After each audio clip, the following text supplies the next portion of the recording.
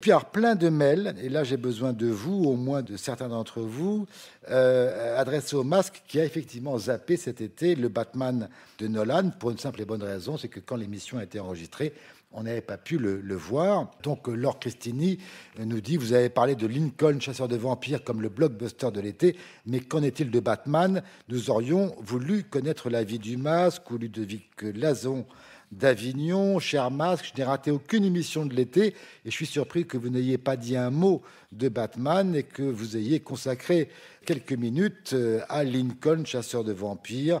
Même question d'Alec. Pourquoi ce silence? Est-ce dû à l'actualité dramatique liée à la sortie du film?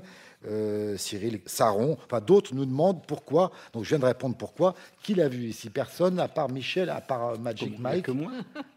Il n'y a que moi qui ai vu le, le Dark Knight Rises. Un survivant. Vous n'avez même pas eu la curiosité d'y aller, ni Eric, ni Pierre. Ah non, moi j'ai eu peur des balles perdues.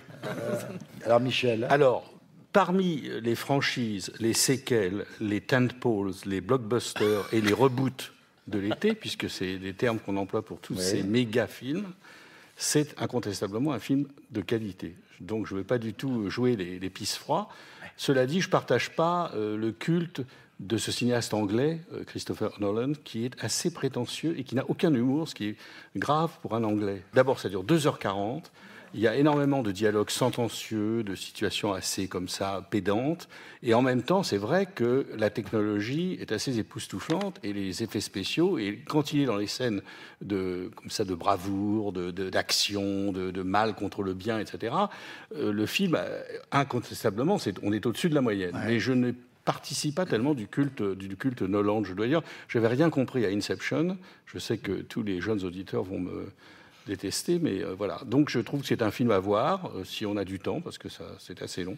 Et qu'on a du courage, contrairement à Neuf. Mais ce qui est très amusant aujourd'hui, c'est que tout de même, en général, je trouve que la presse est très, très, très révérencieuse à l'égard de ce genre de film. Quand on pense que 2001, il y a 40 ans, était accueilli par la moitié de la presse avec des cris d'hostilité, je suis parti à l'anthrax, c'est vraiment très mauvais. Kubrick n'a jamais eu l'unanimité, donc Christopher Nolan... Mais là, la sortie de celui-là a été quand même un peu différente à cause du drame qui s'est produit.